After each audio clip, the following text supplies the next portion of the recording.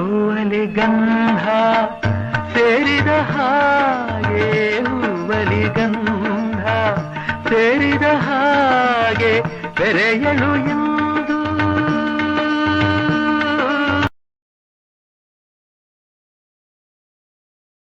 ಜ್ಞಾನಾಕ್ಷರದಲ್ಲಿ ಕೈ ಕೆಳಕಲ್ಲಿ ನಿನ್ನನ್ನು ಮೀರುತ್ತೋರೇ ಇಲ್ಲ ಪ್ರಶಾಂತ್. ಯಾಕೆ ಸಾಧ್ಯ? ಸೃಷ್ಟಿಗೆಲ್ಲ ಒಬ್ಬನೇ ಸೂರ್ಯ ಒಬ್ಬನೇ ಚಂದ್ರ ಇರೋದು. ನನ್ನ ಹೆತ್ತ ತಾಯಿ ಇನ್ನೊಬ್ಬ ಮಗನ್ನ ಏನಾದ್ರೂ ಹೆತ್ತಿದ್ರು ಅವನು ಕೂಡ ನನ್ನ ಇರೋಕ್ಕಾಗ್ತಾ ಇರ್ಲಿಲ್ಲಲ್ಲ. ಎಕ್ಸಾಕ್ಟ್.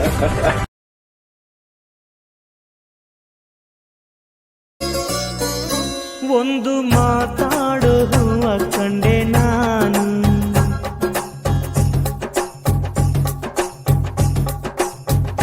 ಬಾಡದಂತ ಪ್ರೀತಿಯ ಹೂ ನೀನು.